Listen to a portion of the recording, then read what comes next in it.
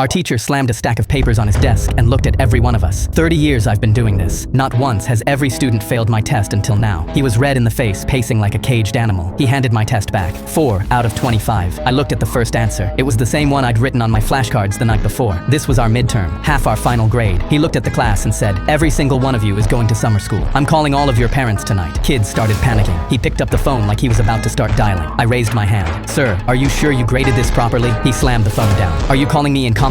He snatched the answer key off his desk and held it up to the class. "Does this look wrong to you?" Someone from the back yelled. "Yeah, it says Spanish quiz." He looked at the paper in his hand, then at us, then back at it. The color drained from his face. He put the key down and slid it under a folder. "I'm still disappointed in all of you. The whole class lost it." He pointed at me. "Sit down. That's detention for getting up without permission." I was still in my seat. He sat down without a word and pulled out the real answer key. For 20 minutes, the only sound was his pen scratching across paper while the entire class watched in silence. When he finished, we all passed. I got a 94. He never apologized. He just stared at his desk until the bell rang. On the way out, I leaned over and whispered, "30 years, sir. You might want to get your eyes checked." In the middle of an assembly, "Can you hold this?" "Hold what?" But he was already handing me his backpack. But the second I took it, he took off out of the back door. I stood there confused, but immediately noticed how heavy it was. I could hear something ticking and was just about to put it down. My phone buzzed. A text from an unknown number. "Look inside." What the hell? Who was watching me? I looked around, but didn't see anyone. Now, I unzipped it, and my heart started racing. I saw the big red timer. I was about to drop it, but then another message. "Don't scream. If you move, we'll set it off. Don't even think about trying to call the police." My legs were shaking. I was standing around all my friends. If this thing was real, we'd all die. I texted back with shaking fingers. "What do you want from me?" "To see you suffer. Enjoy your last 30 seconds alive." 30 seconds? I was only 17. This couldn't be real. I frantically texted back, "Please don't do this. I'll do anything." Other people were starting to look at me, noticing how stressed I was. However, my phone stayed silent. Why weren't they responding? Were they watching me panic? I had two choices: run outside with it and die alone, or leave it and try to save myself while everyone else died. I looked around at all the other students, and I made my choice. In one motion, I grabbed that backpack and sprinted down the aisle. "Bomb! There's a bomb! Everyone get out!" The panic was instant, but there was only 5 seconds. I slammed through the emergency exit. I didn't know where to go. 3 seconds, then I saw it. The football field was to my right, completely empty. I ran. 2. I threw it as hard as I could. It flew through the air, tumbling end over end, landing maybe 40 yards away. I threw myself on the ground, covered my head, and waited. 1. My entire life was flashing before my eyes, knowing there was no way that bag made it far enough to save me. This was it. This was goodbye. But I looked up. I heard screaming and saw the same kid on the ground. They stopped him.